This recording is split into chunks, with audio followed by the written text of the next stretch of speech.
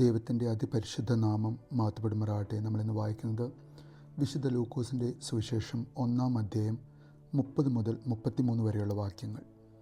ദൂതൻ അവളോട്, മറിയയെ ഭയപ്പെടേണ്ട, നിനക്ക് ദൈവത്തിൻ്റെ കൃപ ലഭിച്ചു. നീ ഗർഭം ധരിച്ചൊരു മകനെ പ്രസവിക്കും. അവന് യേശു എന്ന് പേർ വിളിക്കണം. അവൻ വലിയവനാകും, അത്യുന്നതൻ്റെ പുത്രൻ എന്ന് വിളിക്കപ്പെടും. കർത്താവായ ദൈവം അവൻ്റെ പിതാവായ ദാവീദിൻ്റെ സിംഹാസനം അവന് കൊടുക്കും.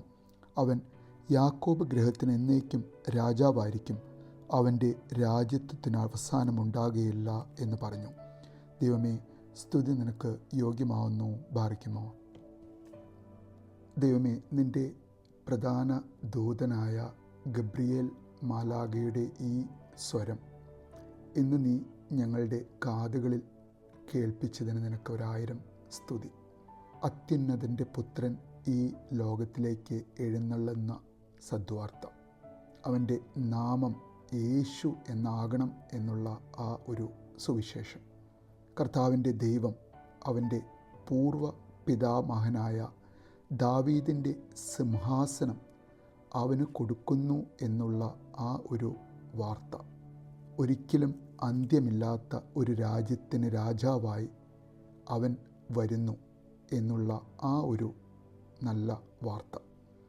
ദൈവമേ, 2000 വർഷങ്ങൾക്ക് ശേഷവും അവൻ്റെ രാജ്യത്വത്തിൽ ജീവിക്കുന്ന ഞങ്ങൾ ഓരോരുത്തരും അവനിൽ വിശ്വസിക്കുന്നു, അവനിൽ ശരണം വയ്ക്കുന്നു.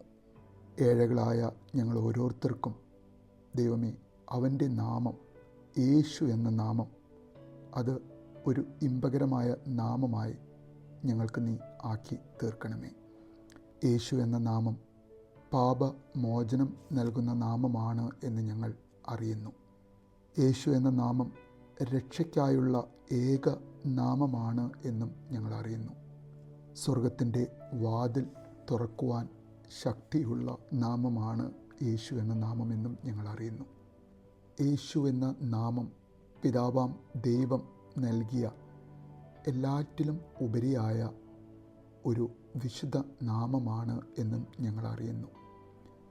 പിശാചുക്കൾ ഞെട്ടി വിറയ്ക്കുന്ന നാമം, സകലത്തിൻ്റെ മേലും അധികാരമുള്ള നാമം, അനുഗ്രഹം വാഗ്ദാനം ചെയ്യപ്പെട്ട പരിശുദ്ധാത്മാവിനെ നൽകുന്ന നാമം, ദൈവത്തിൻ്റെ മക്കളാക്കുന്ന യേശു എന്ന ആ ശക്തിയുള്ള നാമം. ആ നാമത്തിൽ, യേശുവിൽ ഞങ്ങൾ വിശ്വസിക്കുന്നു.